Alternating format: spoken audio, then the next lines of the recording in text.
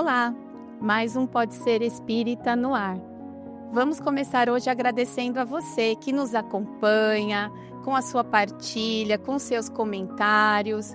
Muito obrigada pelo seu carinho e pela sua participação. O nosso tema de hoje é muito especial. É o tema das mulheres, uma homenagem às mulheres neste mês tão especial. Aqui neste episódio vamos lembrar as batalhas, as lutas, mas também todas as conquistas das mulheres, não só dentro da doutrina espírita, mas também em várias áreas, nas diversas áreas que as mulheres atuam. E nesse Pode Ser Espírita, nós queremos trazer o devido reconhecimento e parabenizar a cada mulher pela sua atuação e pelo seu trabalho tão amoroso e contribuição no mundo. E hoje eu tenho o prazer de dividir a bancada com a Sandra Kinoshita. Sandra, é muito bom ter você aqui hoje com a gente. Olá, Érica. A alegria é minha. Eu estou grata pela oportunidade de participar hoje do Pode Ser Espírita e espero de alguma forma contribuir, mas principalmente tenho certeza que vou aprender muito com vocês. E como você bem falou, nós hoje temos duas convidadas aqui conosco no Pode Ser Espírita. Nós vamos apresentar então, primeiramente, a Jaqueline Queiroz, ela que é uma apaixonada pela tecnologia, por inovações e por pessoas.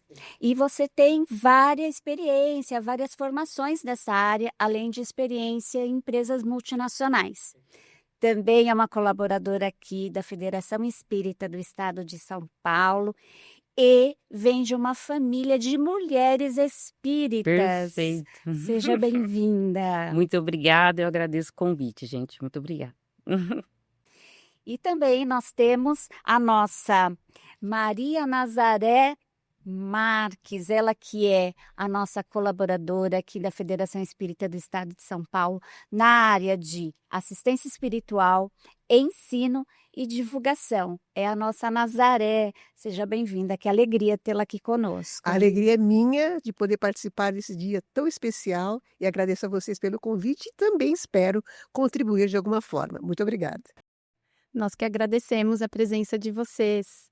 Bom, já que vamos falar de mulheres no espiritismo, como que vocês iniciaram a caminhada dentro da doutrina espírita? Olha, para mim não foi uma caminhada tão fácil assim, porque, diferentemente da minha companheira Érica, eu não sou de família espírita. Então, é aquele processo natural, onde quando você passa pelas dificuldades, você vai buscando caminhos que te levem a um esclarecimento, a uma aceitação das dificuldades que você está vivenciando, os porquês da vida, que vão te levando a buscar esses caminhos. E aí, em algum momento, eu me encontrei com o Espiritismo.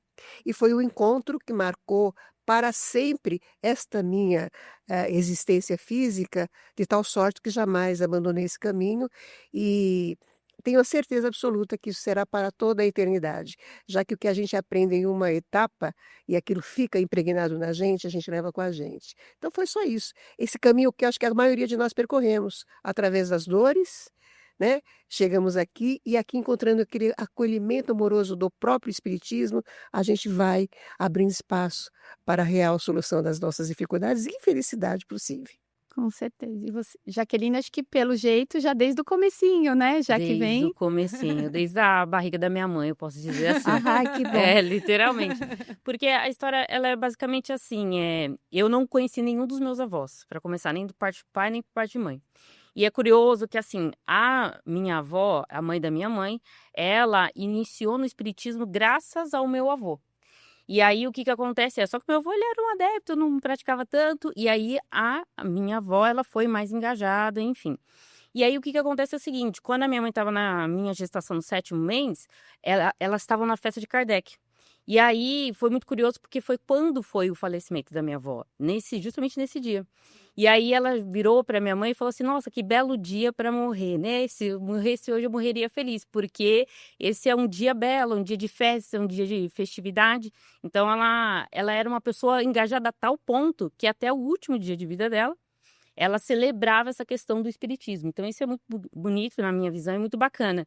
E aí a minha mãe, ela deu continuidade, né? Assim como a minha mãe Ana Cristina e a minha tia Maria José, ela também é trabalhadora aqui da casa da FESP e ela também há muitos e muitos anos contribui aqui. Então, assim, eu na realidade tive uma educação múltipla, ela não foi só voltada para o espiritismo. Eu também fiz a catequese, por incrível que pareça, eu fiz escola evangélica, meus pais eram todas as possibilidades de liberdade para a gente escolher, e eu que com 16 anos fiz essa escolha de dar continuidade no espiritismo. Então eu considero que assim, comecei, mas também conheci das outras religiões também, que foi bastante interessante, contribuiu no todo, né? Pensando assim, que você traz a história da sua mãe, da sua avó, vamos voltar um pouquinho no tempo e pensar, né, na contribuição da mulher nessa evolução toda, desde onde nós partimos e aonde estamos caminhando, estamos hoje, e aí as perspectivas que nós temos aí para o nosso futuro. Olha, eu vejo assim, a mulher, ela sempre fez parte da humanidade, até porque ela é a geradora da humanidade, não é? Então, quer queira, quer não, a mulher, como essa fonte de vida, ela sempre permeou a humanidade. No entanto, ela foi sempre colocada em segundo plano, porque nós aprendemos, e a gente sabe que isso é costumeiro ainda em muitos países, a valorizar a força masculina e não valorizar a força feminina. E é a força feminina que está por trás de tudo que nós somos. Porque podemos ter a criação mais variada possível. Uhum. A verdade é que a mulher está por trás dessa criação, tanto do homem quanto da mulher. Então, vindo nesse processo, a gente às vezes olha para trás e fala, puxa, por que demorou tanto essa emancipação feminina, essa possibilidade de trabalhar, de estudar, de buscar caminhos? Porque a gente está num processo chamado evolução. Uhum. E a evolução, como a gente bem sabe, não dá saltos. Então era necessário que tudo caminhasse dentro de um progresso. E desde Eva que essa luta vem acontecendo. Desde Eva que vem acontecendo isso, né? Desde a mulher de Abraão, desde Agar, aquelas mulheres todas que já fizeram a história. E quando a gente olha para o processo da mulher, não dá para não destacar a figura de Maria, por exemplo. Porque a figura de Maria, ela é central. Quando a gente pensa nisso, a gente fala, por que Maria é tão reverenciada, por exemplo, nos evangelhos? Porque justamente o papel de mãe, o papel de mulher está por trás dessa criação. E independente da cultura religiosa que você tenha, independente do grau de entendimento, conhecimento que você tenha, a verdade é que a gente tem que destacar esta força feminina como propulsora do próprio progresso.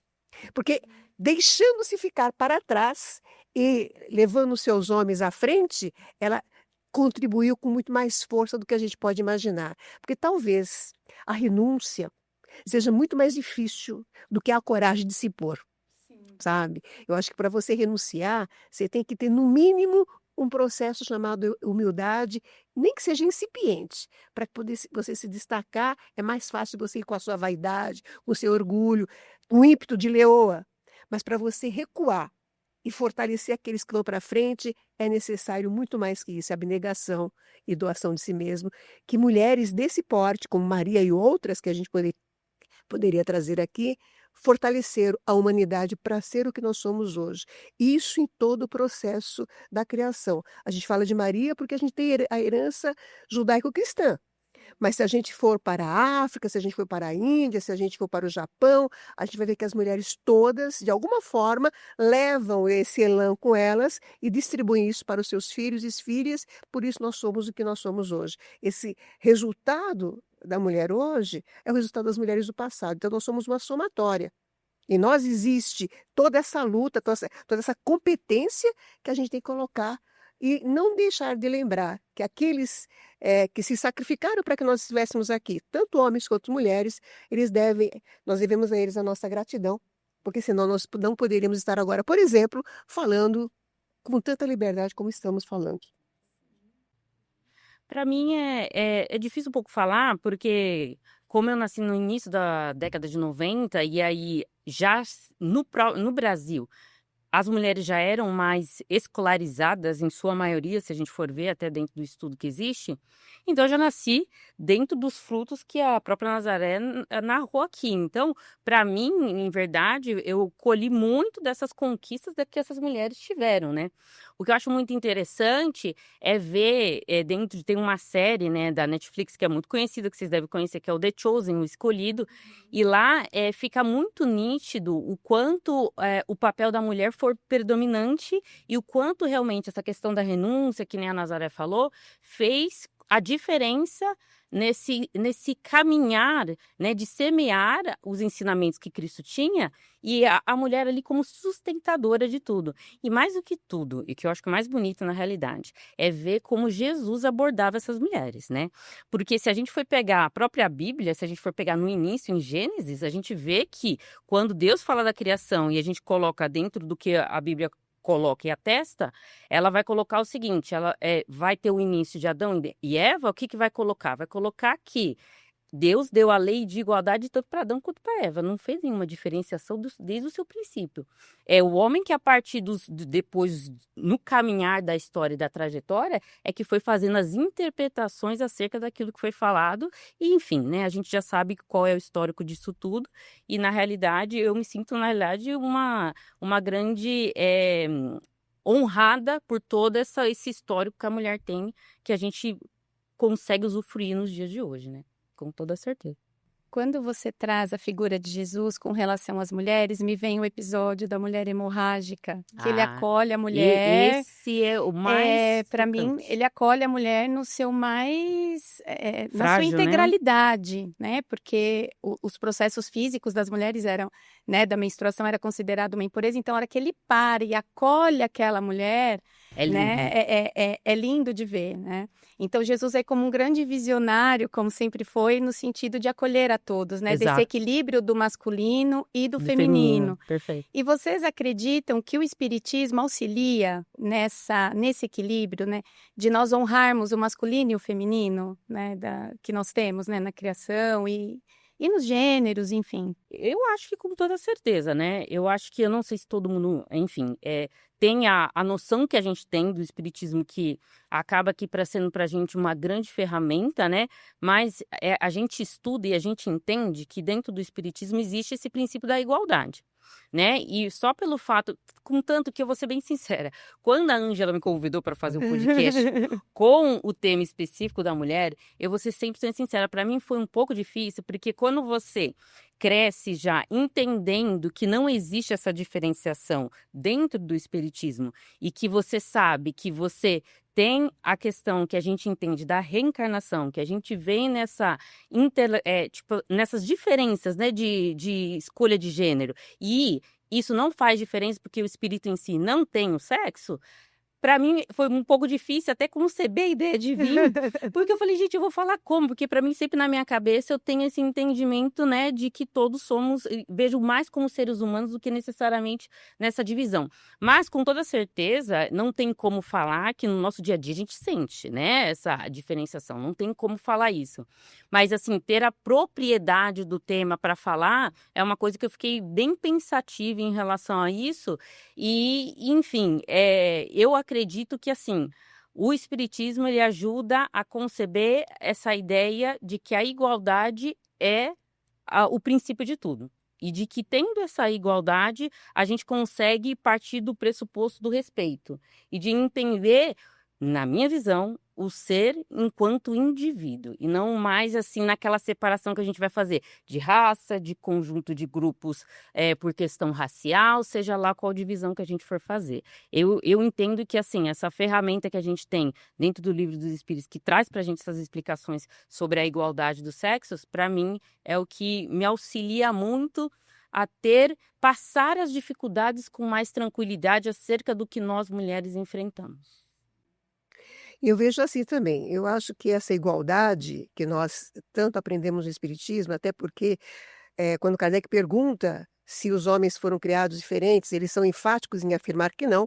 Kardec, que é o nosso codificador, tinha as perguntas corretas e que Deus não criou ninguém diferente. seres humanos, os espíritos foram criados todos para o progresso. E na linha do progresso, nós vamos reencarnando em vários lugares, com várias condições físicas, com condições de acordo com a nossa necessidade de progresso, e homens ou mulheres. Porque o aprendizado é para o espírito. E sendo aprendizado para o espírito, é claro que o espiritismo vai nos elucidar os porquês das diferenças. A diferença até de gênero que hoje nós estamos vendo com uma moldura totalmente diferente do que era a moldura dos nossos pais, que se nossos pais tivessem uma câmera do tempo e vissem hoje, se assustariam e não é possível. Por quê? Isso tudo passa pela linha do progresso. E o espiritismo nos traz essa realidade quando diz, olha, a partir da sua criação, você é imortal. E, portanto, a partir de agora, você está num processo chamado progresso. Essa linha de progresso que faz com que a gente possa reencarnar, tanto quanto homem quanto mulher, favorece as experiências das duas polaridades. E favorecendo essas experiências, nós vamos aprendendo a sensibilidade feminina e a força masculina.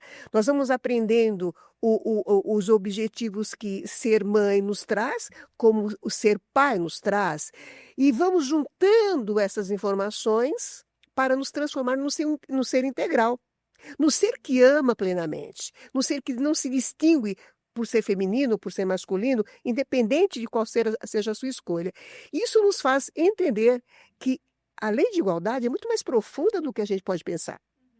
Porque não é só valorizar o feminino ou o masculino nas conquistas que tiveram, mas no ser que está crescendo, transcendendo a si mesmo e aprendendo. E com isso a gente vai entendendo também o que é o gênero.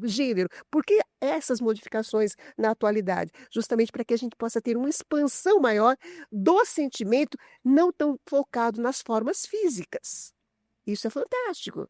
Porque é só com o espiritismo que a gente tem essa clareza, que faz com que a gente respeite cada um na sua individualidade, sabendo que cada um está no processo criativo de si mesmo e que isso vai fortalecê-lo para ser essa humanidade feliz que nós tanto desejamos. Para tanto, a gente realmente precisa passar pela esteira das encarnações em todas as provas. E isso realmente o espiritismo elucida como ninguém. Ótimo. Que lindo que isso que você trouxe, né, Nazaré, para a questão do gênero, para além do que estamos habituados, né, do feminino e do masculino, que o aprendizado é do espírito e que é necessário passarmos por isso para termos essa compreensão mais ampla de que o que importa realmente é o sentimento. Muito obrigada, gostei bastante, viu? Mas é o aprendizado que a gente vive. Porque o que importaria para nós, com toda essa pleiade de trabalhadores de Jesus nos elucidando já desde 1857, quando o Livro dos Espíritos veio a lume, e nós lermos, estudarmos, praticarmos e não percebermos que existe essa necessidade do aprendizado? Sim. O que seria da humanidade se nós, que temos essa potencialidade que o Espiritismo nos traz, não nos esclarecêssemos e ajudássemos aqueles que estão ao nosso redor a se esclarecerem, a não terem preconceitos, a vivenciarem com mais respeito? Podemos não viver daquela forma que aquela pessoa vive, mas cabe-nos respeitar o direito do outro, proteger o direito do outro, porque ele é um espírito como nós em crescimento. E principalmente em nossas famílias, aceitarmos aqueles que, do nosso ponto de vista, muitas vezes são diferentes da nossa metodologia de vida, na nossa busca de vida, mas nós devemos abraçar esse ser que está em crescimento tanto quanto nós. E eu acho que Deus, quando nos criou com essas possibilidades, que são possibilidades novas para a Terra, mas não são possibilidades novas no universo. Exatamente. Não é? Para nós tudo é muito novo, tudo que chega é muito novo, mas nós estamos vivenciando coisas que outras civilizações muito mais avançadas do que nós já vivenciaram.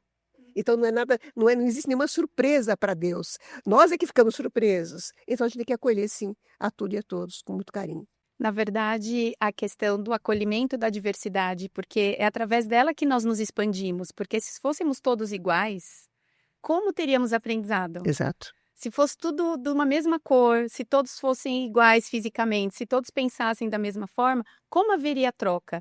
Não é? Porque dizem, tem um dito oriental que diz que quando duas pessoas se encontram com ideias diferentes, elas se expandem porque elas saem cada uma com a sua ideia e com uma terceira que se cria. né? Então, é sobre isso, né? Acolher essas diversidades, né? O quanto a gente pode aprender com elas, né? E esse respeito da expressão de cada um, né? De poder trazer, né? A sua expressão, a sua essência, a sua verdade, né? Pensando nessa questão, né, da linha do tempo, né, das mulheres, então dentro também da doutrina espírita, nós tivemos muitas mulheres que contribuíram também com a doutrina espírita, a esposa de Kardec, algumas médiuns como Ivone Pereira, também tivemos educadoras como Anália Franco e etc. Então, eu queria que vocês falassem um pouquinho, né, como que vocês veem, né, essa linha do tempo, né, a participação feminina dentro da doutrina espírita, nessa linha do tempo e atualmente, como que vocês veem o desempenho não, a participação da mulher dentro da doutrina? Acho que a Nazéria pode falar melhor que eu, não tem esporte maior. Nós Quem sou eu falamos. para falar do Não, esporte? imagina, nós estudamos.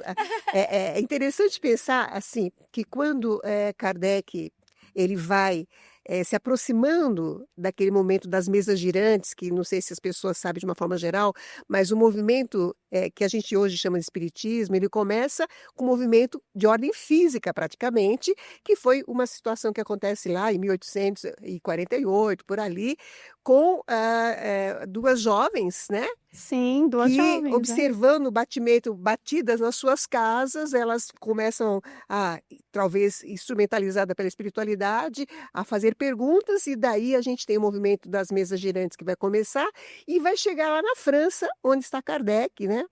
Kardec, que a essa altura já está casado com a Amélie, já está feliz, mas que é um grande trabalhador, mas físico, né? Ele é um professor, matemático, ele sabe escrever, sabe estudar, a esposa dele também era professora, os dois se encontram num momento muito bonito na vida deles, onde um vai ajudando o outro. Kardec já tinha passado por os problemas dele financeiros, a Amélie já havia desistido de ensinar, trabalhava junto ao lado do marido, e os dois já haviam construído uma história, porque os dois juntos, eles passam a fazer parte do grupo de elite da França na época, de ensinar os jovens, e eles criam escolas particulares nas suas casas e gratuito, os dois juntos. Então a gente percebe que daqueles dois espíritos que se encontram, existe uma união de interesses. Existe uma proposta de vida que é auxiliar as pessoas que eles estão próximas a eles. Com a vinda do conhecimento do espiritismo que Kardec vai adotar para sua existência, ele que já era um grande magnetizador, conhecia as leis do fluido, ele era um cientista completo. Amélie vai simplesmente ajudá-lo nesse processo de crescimento, naquela renúncia que a gente falou, de não estar se colocando na frente daquele processo, mas de ser aquela coadjuvante sem a qual o marido não poderia ir à frente. Se trata não de estar por trás do homem, mas de estar lado a lado com o seu parceiro, fortalecendo nas suas necessidades. Nós não sabemos as lutas que esta mulher também enfrentou quando via aquele seu marido debruçado sobre os livros, estudando, muitas vezes perseguido por aquela situação que acontecia. Então, Amélie Baudet, a esposa de Kardec, ela não pode jamais ser esquecida, independente do processo que nós tenhamos conhecimento. Até porque, após a morte de Kardec, é ela que vai continuar nesse processo de defesa dos livros espíritas, como a gente conhece no livro que fala sobre o processo, que ela participa ali, ela já com seus 80 anos, mulher de cabelos brancos, uma senhora que de tímida não tinha nada, e aí a gente percebe a força da renúncia dessa mulher, que poderia sim ser um dos agentes principais do trabalho de Kardec, mas que fica nos bastidores a princípio e que depois coloca-se na primeira linha de frente para defender o trabalho do marido. Sem considerarmos as jovens que fazem parte da codificação espírita, porque são jovens, são meninas de 14, 15 anos, que são aquelas que vão, digamos assim, serem as intérpretes daquele movimento começante. Essas mulheres que nós hoje reverenciamos, que tiveram um papel predominante na formação dos livros que nós conhecemos como o Pentateuco kardeciano, sem dúvida nenhuma também tiveram que fazer o seu esforço, a sua luta, a sua transformação para uma coisa tão nova chegar até nós. é isso que eu acho que as mulheres daquele tempo deixaram de bagagem para nós.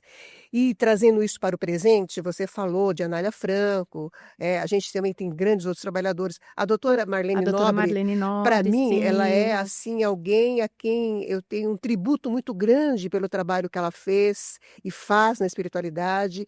Ela que, junto com o Chico, ela trouxe ali aquele conhecimento, ela foi estudando com o Chico, aprendendo no momento que ela estava estudando a medicina lá em Uberaba. Chico colocava ela para fazer o trabalho de ler o livro dos Espíritos enquanto ele estava recebendo as mensagens, e a partir daquele momento ela foi criando aquele elã com o Espiritismo.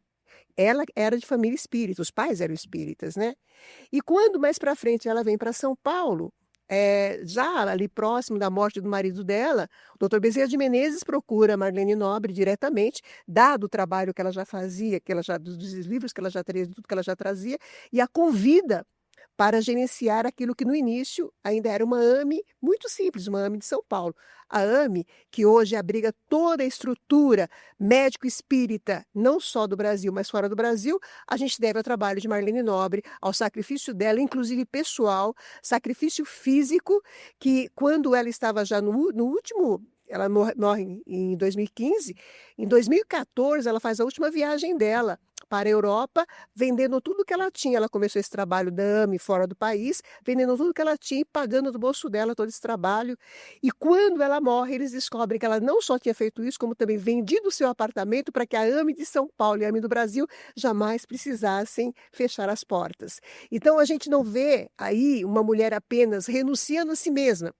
Nós vemos devotamento, nós vemos abnegação, nós vemos alguém que veicula o conhecimento espírita com o conhecimento cristão, com o conhecimento científico e filosófico, fazendo com que nós entendamos que a força desta mulher está como se fosse uma rosa. Sabe a rosa que é impregnada de perfumes, mas que também tem os espinhos? Os espinhos da vida dessas mulheres machucaram o seu coração, mas elas deixaram que a força dessas rosas predominasse e nos inebriasse até hoje. Então é uma coisa fantástica, né? Acho que ficaria aqui 10 podcasts Sim. falando de Marlene Nobre. Ah, Com certeza, né? e pensando, voltando um pouquinho, pensando em Amélie, quando você fala das renúncias que ela deve ter feito, nós não podemos esquecer que ela era uma educadora, que ela era ela fez formação em literatura, em artes, né? Ela foi uma grande incentivadora das pinturas mediúnicas à época. Então, realmente, da forma com que você fala, é isso mesmo. Ela ficou em sustentação, ficou ali no sentido mesmo de auxiliar Allan Kardec, o codificador da doutrina, para que a obra pudesse acontecer. E não foi só de auxílio, ela realmente chegou a um ponto que ela mesma respondia algumas daquelas cartas, então ela teve uma participação ativa, além de toda essa renúncia, de tirar as luzes de sobre si, para se abraçar um propósito maior, né? E isso realmente pede da pessoa essa profundidade de humildade que você colocou, né, Nazaré? E depois, mesmo ali, já na sua idade avançada, ela continua com a obra enfrentando, nós sabemos, oposição da forma com que ela queria dar continuidade. E aí, pensando também em Amélie, ela era uma mulher à frente da sua época, porque as mulheres daquela época, elas não estudavam tanto. Exatamente. Elas não se dedicavam a este caminho. Tanto é que ela atrasou a questão do casamento. As mulheres já se casavam cedo. E ela foi casar com Kardec, ela já tinha, acho que, 37 anos. Exatamente. Ela era Então, mais ela velha que ele, era 8 realmente anos. já muito à frente, né? E o mais interessante, sabe, Sandra, quando você traz esse tópico da renúncia, aqui no nosso país nós tivemos mulheres que fizeram muito isso também. A dona Aparecida do Fogo Selvagem, do Hospital do Fogo Selvagem, ela foi uma mulher que ela abriu mão da sua casa, do seu casamento, para cuidar de pessoas doentes, daquilo que a gente chama hoje de fogo selvagem, o pênfigo, que desfigurava a pessoa, e ela, como trabalhava na Santa Casa, aqueles doentes, eles não podiam mais ser cuidados para a Santa Casa, ela leva para a casa dela. E aí, na casa dela, tem um choque com a família, choque com o marido, porque imagina você na sua casa, tranquilo, e de repente chegar 8 doentes com gravidade e aí ficar na tua casa. A maioria de nós não teria esse respeito e essa indulgência, essa compreensão, essa caridade de aceitar aquela pessoa.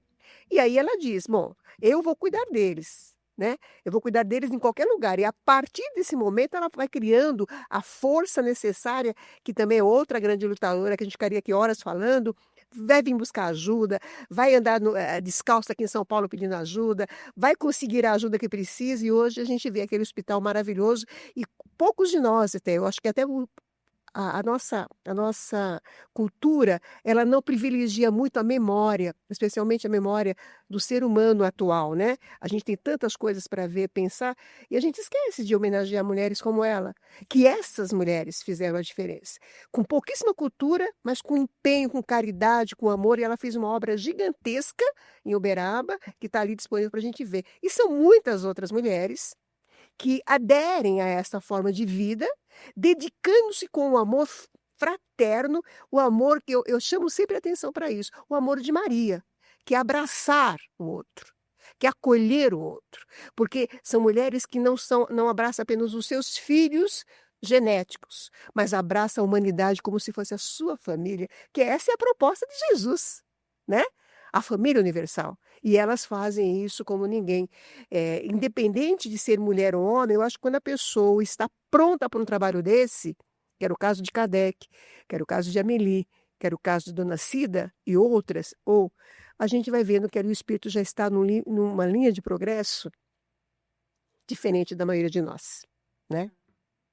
E ouvindo, né, a Nazaré trazer, nós vemos nas casas espíritas, nas instituições espíritas, que a maioria do voluntariado é feita de mulheres, não é? Porque acredito que justamente a mulher, ela tenha já isso na sua essência, essa entrega amorosa de acolhimento, de receber o outro, de auxiliar o outro, né? E aí, pensando agora, na atualidade, quais vocês acreditam que sejam os desafios das mulheres para que ela, dentro das casas espíritas, né, no sentido de liderança, de realmente estar à frente de alguns projetos, vocês acreditam que acredito que já diminuiu um pouco, Uhum. mas acredito que ainda existam. Como que vocês veem isso? Ou a Jaqueline, de repente, que está mais jovem, com força, né, Então, como que vocês enxergam isso? E a Nazaré, com toda a sua trajetória, né, ao longo do tempo, o papel atual da mulher nas casas espíritas, né? Como que eu vejo, né? O que que acontece? Eu estudando, né? Porque eu não tenho essa vasto conhecimento que a Nazaré tem, né? Mas eu tive que realmente estudar para ver o histórico dessas mulheres. O que que eu coloquei? O que que eu pude ver de um ponto em comum entre elas, né? Eu acho muito curioso que um ponto em comum que eu vi entre elas são três. Assim, primeiro, o amor pela missão, né? O segundo que eu vejo é a perseverança. E a perseverança nesse mesmo amor, né, pela missão que elas desempenharam e que elas se propuseram a fazer. E terceiro, o engajamento. Eu acho que a mulher, ela tem esse papel frente ao espiritismo do engajamento no sentido da liderança em si, em dar continuidade. E isso tudo, se a gente parar para observar com cautela, esses três paralelos, principalmente a perseverança e o engajamento, ele vem justamente pelo fato de que a mulher, sem essas duas premissas, ela não conseguiria muitas das próprias conquistas que ela teve. Eu anotei aqui, inclusive, uma das mulheres que eu pesquisei, que eu achei fantástico, que foi aqui, por exemplo, a gente tem a Zilda Gama, que ela concluiu o concurso dela na Secretaria de Educação do Estado de Minas Gerais, e nesse mesmo ano, que foi de 1931, no mesmo ano houve um intenso movimento em prol dos direitos femininos e ela foi a autora da tese sobre o voto feminino no Congresso. Então, assim, esse tipo de papel que elas fazem de participação é o que eu tenho mais relação enquanto, né, da geração que eu cresci, que é estar participando e ser presente em espaços em que antes não era tão convidativo, né? Então, eu vejo hoje essa questão do papel da mulher frente a essa liderança é justamente essa questão da renúncia, ela é importante, mas pela experiência que eu tenho humildemente de liderança, tem certos papéis que eu tenho que exercer um pouco mais de empoderamento e um pouco menos de renúncia. Porque senão a minha voz ela não vai ser ouvida em lugares onde a predominância ela é masculina. Você compreende o que eu quero dizer? Sim, sim. Então, eu acho que são questões de fases em que o que acontece é o seguinte, essa renúncia ela é muito importante nesse histórico que a mulher traz, ela é muito honrada nesse sentido, só que acho que chega um momento em que a mulher começa a ter essa participação mais ativa, mas se ela não tem esse empoderamento na fala, esse empoderamento na presença, eu creio para vocês que dificilmente a gente teria muitas das conquistas que a gente tem, haja visto, por exemplo, esse da Zilda Gama. Outra que eu amo, que pelo fato de eu estar entrando aí dentro da área da educação, né, iniciando, né, gente, deixando muito claro, eu não tenho experiência. Mas iniciando na área da educação é a Anália Franco mesmo. Ela, por si só, é chamada pelo próprio, acho que, deixa eu ver aqui, quer ver? O Chico Xavier, a grande dama da educação brasileira. Eu achei tão bonita essa referência que faz a ela, porque essa preocupação que essas mulheres tiveram em fazer com que a mulher tivesse esse acesso à educação, gente, isso é libertador, né? Isso é libertador e não só isso. A educação numa época em que não era acessível para muitos, né? E assim, principalmente se a gente for um pouco mais lá para trás, se a gente for especificamente para alguns grupos de mulheres indígenas e negras, demorou-se muito mais. Então, quando eu falo desse empoderamento, eu estou vindo de um lugar, não só de um lugar que vamos empoderar porque eu quero aparecer e porque eu quero lacrar na internet, qualquer coisa desse tipo. Não, muito pelo contrário. É porque ele pede, ele exige da gente um posicionamento um pouco mais firme para que a gente seja ouvida, para que a gente se faça parte, para que as pessoas entendam e respeitem a nossa presença, né? Eu vejo assim. Eu concordo com você, sim, porque são processos naturais da sociedade, né? Nós não podemos ir contra o fluxo. E, naturalmente, hoje as mulheres procuram ter um espaço maior. E esse espaço, como disse ela, não se faz da noite para o dia, né, Jaque? É uma conquista que Isso. vem ao longo do tempo. E essa conquista ela vai se permanecendo, digamos assim, na medida que isso se faz necessário. Então, hoje, tem o engajamento das mulheres, o empoderamento das mulheres, como ela disse. E tudo isso só foi possível porque mulheres lá atrás renunciaram, como ela falou. Amanhã, esse empoderamento não vai ser mais necessário, porque haverá tal nível de igualdade da humanidade Nossa, que assim seja. que todos nós não precisaríamos passar por isso. Então, a gente vai percebendo no processo histórico da humanidade, da própria sociedade, as metamorfoses necessárias, que é essa metamorfose, as situações elas vão trazendo à luz a necessidade de direcionamentos diferentes da própria sociedade como um todo. Então, se ontem a mulher ela não tinha voz para estudar, para trabalhar, ela era obrigada a dar ao homem que estava consigo, caso tivesse essa chance, hoje a mulher é aquela que muitas vezes comanda empresas, comanda países, como nós sabemos, né? E está por trás, assim mesmo quando não aparece diretamente, de todo o processo político, socioeconômico do país, do planeta, não é? Isso por quê? Porque a gente passa por esse processo natural de aprendizado. Talvez essa mulher de hoje, que busca o empoderamento, seja aquela mesma mulher de ontem que renunciava. Exatamente, Como ela aprendeu a força da renúncia, que é muito mais poderosa e empoderada do que a gente pensa, hoje ela pode ir à frente e se destacar nas lutas femininas sem atacar o homem, que eu acho isso muito bonito. Quando a mulher sabe que ela pode fazer uma junção dos dois elementos que fazem parte do universo, não abre mão de ser feminina, de ser mulher, mas também não abre mão da sua luta, que é contínua e faz dela essa riqueza que ela é hoje. Então, eu acho que esse é um momento muito bonito que a humanidade vive na atualidade.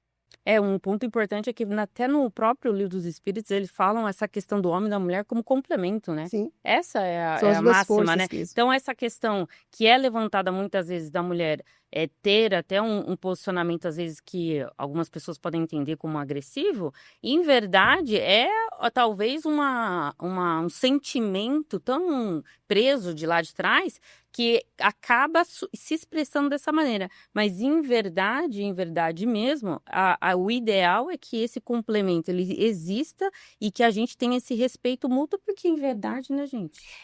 A polaridade, ela é nociva, né? Tanto para um lado quanto para o outro. E como você falou, né? Haverá um dia em que nós encontraremos essa igualdade, esse equilíbrio. Acredito que estamos caminhando nesse sentido. Nós percebemos já mais homens compreendendo qual é o verdadeiro papel da mulher, né? Compreendendo que ele tem que ser participativo também. E pensando no que a Jaqueline falou, é bem verdade que é muito mais desafiador para as mulheres ainda, né? Nós ainda, apesar de todo o avanço, vivenciamos ainda a experiência de que nem sempre é aceito alguns cargos para as mulheres, nem sempre os salários existe uma equidade nesse sentido.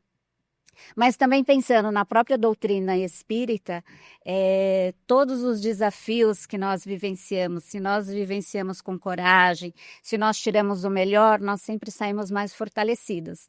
E talvez seja isso que tenha trazido durante a história da mulher, a trajetória da mulher, este empoderamento.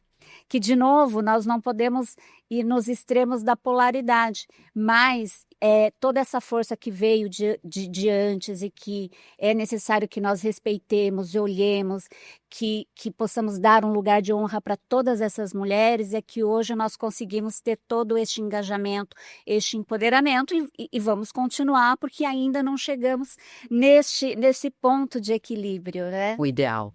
O ideal. E a outra coisa que nós estávamos até comentando antes é também sobre a união das mulheres, não foi isso, Nazaré, que você comentou? Porque é muito importante. É interessante como as mulheres, às vezes, elas criaram rivalidades, e essa rivalidade passou de família para família, de geração para geração, de mulher para mulher, e ao ponto de dizerem as mulheres que elas não têm amigas mulheres, porque as mulheres são ferinas, atraiçoam, essa coisa toda. Mas a gente sabe que isso é um mito, né? É o mito da mulher não poder ser amiga de outra mulher ou trabalhar contra o sucesso de uma mulher. A verdade é que qualquer pessoa que alcança um patamar de sucesso, seja homem, seja mulher, ela vai atrair para si olhares. E ela vai atrair para si concordância e discordância, não é? E principalmente a mulher jovem que chega aí atuando, que muitas vezes tem, como disse a Jaque, ter uma postura mais firme, mais forte, ela vai ser alvo de discriminação pela sua própria posição, né? A gente tinha antigamente a gente tinha uma fala muito machista dizendo assim, lugar de mulher é no fogão, né? O lugar da mulher realmente é no fogão, mas o lugar do homem também é no fogão, né? Graças a O Deus. lugar da mulher é na cozinha, o lugar do homem também é. Mas o lugar dos dois é levando adiante a ideia de que são iguais. Esta força, a união dessas forças é que faz a humanidade ser como nós somos. Então, como disse a Sandra, a polaridade ela não pode ir para extremos.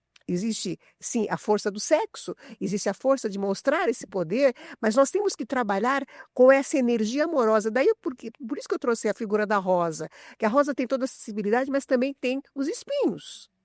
Então, quando é necessário, esse espinho vai e ataca. Quando é necessário, ele perfuma.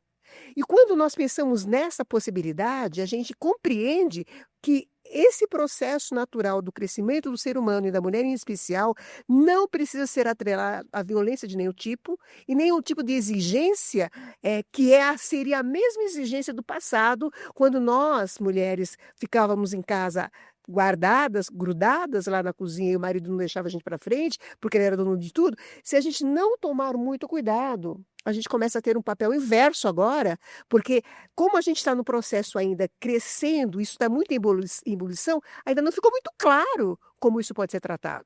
Por isso, há a necessidade dessa mulher forte encampar também a mulher fraca, aquela que é invisível, aquela que passa muitas vezes por transtornos dentro do seu lar, aquela que passa muitas vezes por dificuldades porque não tem a sua fala. Eu acho que o papel dessas mulheres hoje em dia é falar por essas outras mulheres, por aqueles grupos que não têm voz, por aqueles grupos que são segregados, por aqueles grupos que são afastados.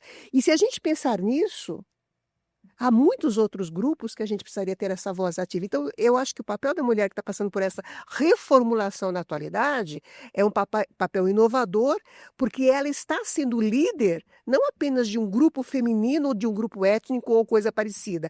Ela está sendo líder de uma mudança na atualidade. E essa responsabilidade, e toda responsabilidade exige muita compreensão do que esse dever lhe traz, tem que ser olhado com muito carinho. Tem que se olhar com muita compaixão por aqueles que não entendem essa postura. E eu acho que é bem esse momento que a gente está vivenciando. A pessoa mostrar o seu poder, mas também ter compaixão por aquele que é diferente, que não entende o seu papel. Caso contrário, a gente vai para as extremidades, e as extremidades levam a um ódio, levam a um rancor. Isso não constrói a paz, não constrói nada de bom. Então, eu acho que o Espiritismo ele traz essa necessidade da gente repensar. E ainda mais, eu vou mais lá atrás. Quando Jesus traz a fala, não faça ao outro aquilo que você não quer que seja feito a você. Então, se nós pautarmos qualquer mudança, seja de ordem social, seja de ordem política, na história do planeta, se a gente pautar, nós que somos cristãos, na fala de Jesus, e usar a não violência em qualquer tipo de expressão nossa, nós estaremos construindo. E construindo positivamente, construindo em sólida, digamos assim, na casa sobre a rocha. Aquela casa que não vai ser destruída. Porque a gente só pode construir quando a gente não destrói. A natureza humana, muitas vezes, privilegia a destruição do que a construção. Mas neste momento que nós já somos adultos espiritualmente, a maioria de nós já tem um certo conhecimento espiritual, uma certa visão da vida, especialmente nós espíritas, nós temos que estar atentos para essa construção. A destruição é lei da vida, é lei da humanidade, mas a destruição tem o seu tempo. E depois tem que vir a reconstrução. Mas essa reconstrução só é possível na medida em que aquele que foi o agente dessa mudança tenha entendimento do que pode ser feito com a força que lhe será dada, e toda a força existe para ser usada com responsabilidade. Né? Observando a fala de vocês, me veio a questão de que quando nós falamos aqui de emancipação feminina, e a Jaque trouxe a resposta. Posso te chamar de Jaque, né? Com certeza. Deve. Já é íntimo. Já é íntimo.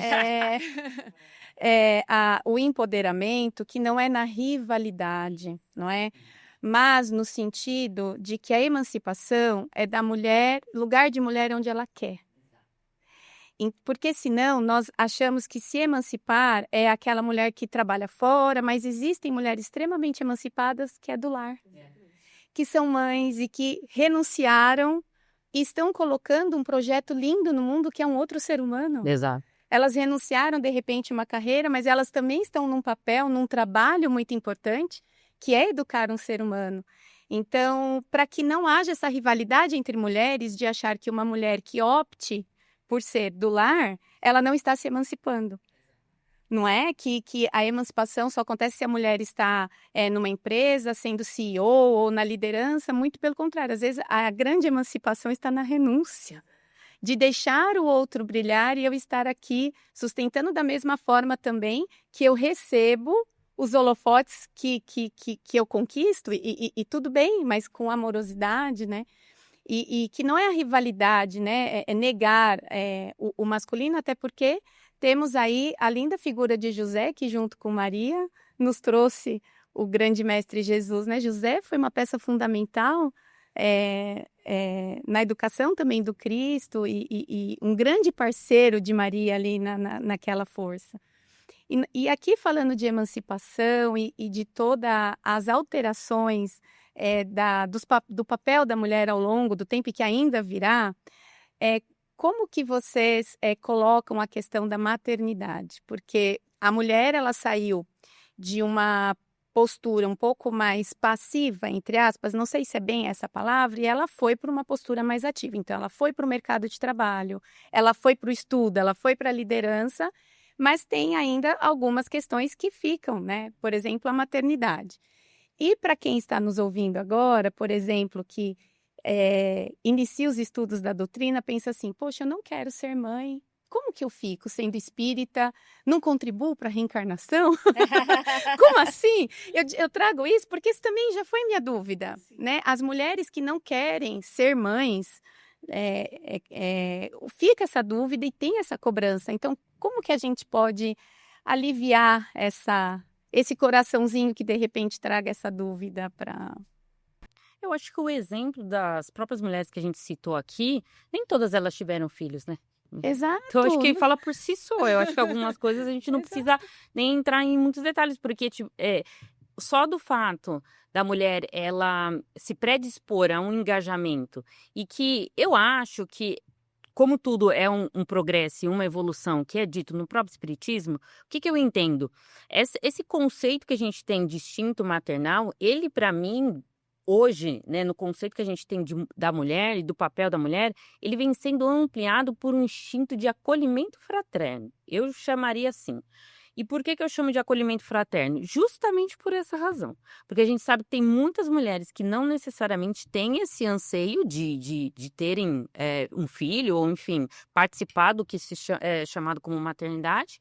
E também pelo fato de que você pode ter a sua participação em outras áreas que existem dentro da educação, dentro do próprio assistência, dentro seja onde que for. Então, eu acho que a história das próprias mulheres já falam por si só, ela já é um exemplo vivo do quanto a participação da mulher é predominante e eu acho que não foge muito disso, né? Eu acho que a questão da maternidade, ela sempre vai ser linda, ela sempre vai ser algo que tem que ser reverenciado, só que a gente tem que também ter esse sentimento mais amplo de fraternal, de que nem sempre por ter uma correlação sanguínea ou uma intimidade mais próxima ali com aquele indivíduo, aquele ser, seja lá o que for, não necessariamente é somente aquilo que torna a mulher no seu sentido único, exclusivo que tinha antes do maternal. Não.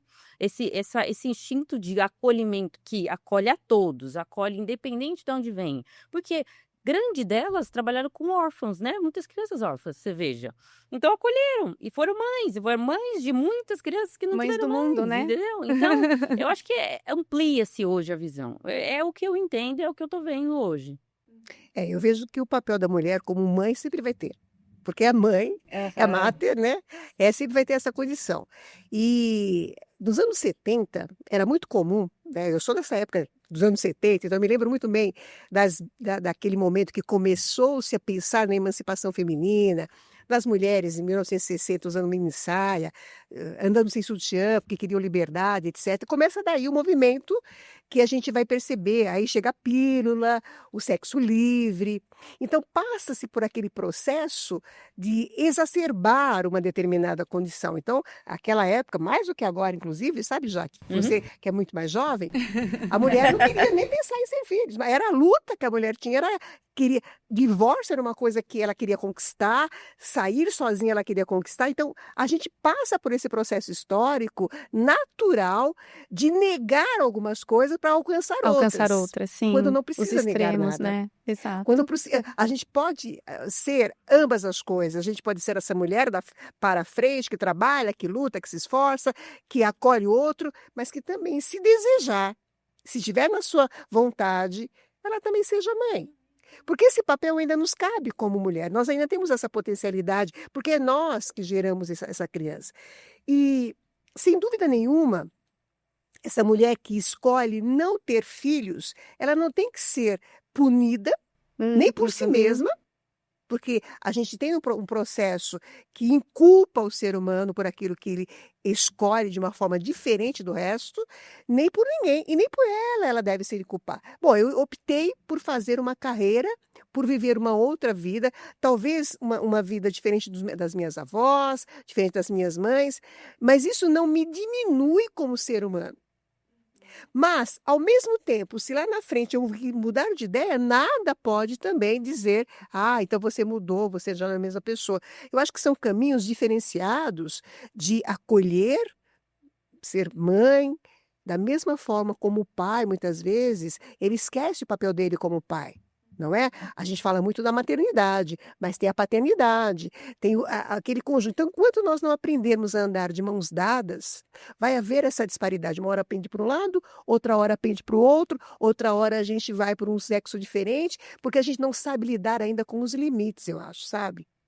A meu ver, o ser humano ainda está trabalhando, tateando nas bordas. Ele não consegue entender os limites, que ele pode ser tudo porque ele é um ser pleno, ou caminhando para a plenitude.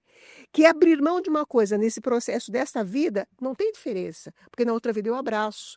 No entanto, esse acolhimento que a Jaque trouxe é muito importante, né? Eu trabalhei na Faculdade de Saúde Pública, eu tinha uma professora que falava muito dos idosos, por causa dela, eu estou estudando gerontologia agora, e ela simplesmente era uma mulher que nunca quis ter filhos, tinha como parceira uma outra mulher, ambas não quiseram ter filhos, e, no entanto, elas eram mães, no sentido mais amplo da palavra, de todos os alunos que chegavam até elas, acolhiam, levavam para casa, cuidava, atendia todos os funcionários dela, mulheres à frente do seu tempo, que deixaram um legado cultural, um legado intelectual, jamais perderam a sua feminilidade nas escolhas que fizeram e foram mães no sentido mais amplo da palavra. Então, como não dizer que essa mulher é mãe? Como não dizer que ela não teve maternidade? Se hoje nós trabalhamos com ela com tantos anos, a lembramos como se fosse a mãe de todos nós, com a sua responsabilidade, que ela esteja escutando isso, que ela saiba da nossa gratidão por ela. Então, não se trata do título mãe, porque o título mãe você pode ter até pelo seu parceiro.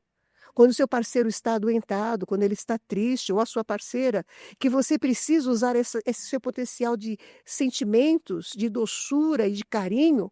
E quantos homens nós vemos que são assim também?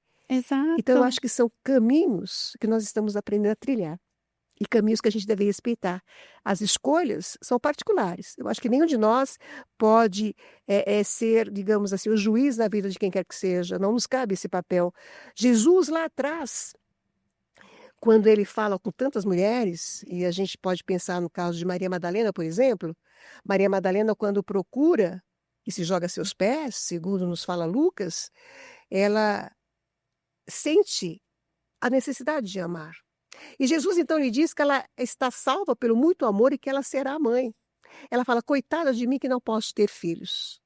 E Jesus então lhe diz, Maria, você pode ser mãe das suas companheiras de trabalho, daquelas que estão com você, daquelas que você vai acolher, sem saber ela, que ele provavelmente já tinha visto, que lá na frente ela ia ser mãe de tantos leprosos. Ela não foi mãe fisicamente. Ela foi uma mulher que foi acolhida pelo amor maternal de Jesus, eu diria. Porque Jesus, naquele momento, foi pai e mãe daquele ser que estava renascendo. E tanto carinho tinha por ela, que é ela que vai vê-lo depois. E Maria continuará essa saga, segundo Alberto de Campos, levando esse amor fraternal, amor de mãe, a aqueles que são leprosos. Segundo diz Ivaldo Pereira Franco, esse amor foi tão à frente, que lá na frente, muito lá na frente, ela será a Madre Teresa de Calcutá, acolhendo todos os leprosos da Índia de Calcutá. Então você veja que na linha do progresso, mais uma vez, temos que falar sobre isso. Não existe necessidade de sermos radicais. Nós todos vamos aprender todas as linguagens que o amor pode proporcionar, porque somente o amor verdadeiro é capaz de ser aquele amor que nutre, que auxilia e que faz crescer. E este amor, ele pode ser da mãe, pode ser do pai, pode ser daquele que adota, pode ser para o amigo, pode ser para quem for, porque é essa força que nós temos e todos nós carregamos, né? Ai, que lindo, né? Que lindo, gente. Pausa para conter a emoção. Verdade. Porque é realmente um ponto muito sensível. Porque mesmo hoje, com todas as mudanças que aconteceram na vida das mulheres, existem ainda algumas cobranças, né? Eu, por exemplo, optei em não ser mãe, né? Mas, ao mesmo tempo, eu tive que entender o meu maternar. Qual seria o meu maternar? Não é? E eu tive o exemplo de Madalena, uma educadora me trouxe e falou assim, Érica, Jesus traz esse exemplo, né? Que foi o que aliviou alivia o nosso coração e nos dá também a liberdade de ser quem realmente queremos ser. E não aquela cobrança social da maternidade, né? Mas aquele maternar verdadeiro, seja numa gravidez, trazendo um filho ao mundo, seja em algo que eu quero doar no meu servir. Exatamente. Não é? No meu servir com muito amor, não é? Muito lindo, não é? Foi mesmo. Ficaríamos aqui a tarde toda, não Ai, ficaria o dia ficaríamos, inteiro, pois é. a noite toda. Passar rápido. Passa muito rápido, não é verdade? Eu queria muito agradecer a cada uma de vocês por estarem aqui, por toda essa troca, por todo esse aprendizado. Aprendi muito com vocês aqui com a Sandra e eu queria que vocês trouxessem uma mensagem final para as mulheres, mas também para as famílias que vão nos ouvir aqui no podcast, uma mensagem final a respeito do que foi tratado aqui. Olha, o que eu diria para qualquer pessoa é que vale a pena viver, vale a pena viver, vale a pena valorizar a vida, independente da escolha que você tenha feito, da sua história de vida, daquilo que você esteja vivenciando na atualidade, dos preconceitos pelos quais você esteja passando.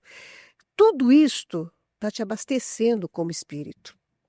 Tudo isso está fazendo diferença na tua estrutura espiritual para ser essa pessoa que você deseja ser.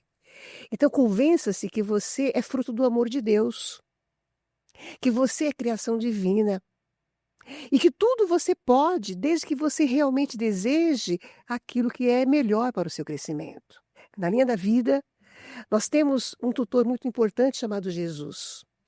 E esse tutor, ele não nos condena por nada que façamos ou pelas nossas escolhas. Ao contrário, nós temos exemplos claríssimos no Evangelho, do acolhimento a todos os homens e todas as mulheres. Jesus nos garante que somos, sim, aquelas ovelhas que ele não deixa e não deixará em nenhum momento. Então, viva a sua vida o melhor que você possa, dentro das escolhas que você possa fazer. Não se condene. Mas sempre que você perceber que aquilo está te trazendo intranquilidade, insegurança, está te fazendo infeliz ou infeliz aos outros, recue. Use essa renúncia que nós falamos das mulheres. Porque muitas vezes é melhor ficar para trás e não contribuir com o negativo para ninguém. Mulheres ou homens, todos fazemos parte do mesmo concerto da vida. E a vida é bem interrogável, dado por Deus. Então vale a pena viver. Obrigada, Nazaré. Eu acho que dentro dessa área da educação eu convido a todas as mulheres aqui, aquelas que conhecem, estudar um pouco mais sobre a mulher, o papel da mulher no espiritismo. E eu acho que a todos que não conhecem, a entender essa beleza que a Nazaré trouxe nas palavras dela. E eu até escrevi algumas palavrinhas aqui, se eu puder falar para vocês, é bem rápido. Por favor. Do meu entendimento do como a doutrina pode ajudar todos, de maneira geral, a trazer uma visão diferenciada da questão da mulher. Então, ser mulher na visão espiritual te propicia a possibilidade de ver o mundo pelas lentes da intuição, da força da sensibilidade e da arte do acolhimento. E tudo isso se apresenta no plano físico, na nossa vida terrestre, como como uma força positiva que impulsiona estrategicamente no diálogo, na participação ativa na comunidade, na conquista de espaços, possibilitando que a inclusão de todos seja vista no ato de acolher, na persistência do amor para com todos e da certeza que, independente desse longo e extenso predomínio das instituições sociais voltadas, às vezes, para apenas um único gênero, podemos pertencer a qualquer lugar na nossa sociedade sem perder a nossa autenticidade enquanto mulheres. É isso que eu tenho para dizer. lindo! Nossa, hoje foi dia de emoções aqui, não foi? Que privilégio! Muito lindo. Obrigada. Imagina, eu que agradeço vocês pelo convite. Queridas, mais uma vez, obrigada por estarem aqui conosco, Obrigada. compartilhando. Sandrinha, obrigada. Obrigada, Érica. Obrigada. E aguardamos vocês no próximo Pode Ser Espírita.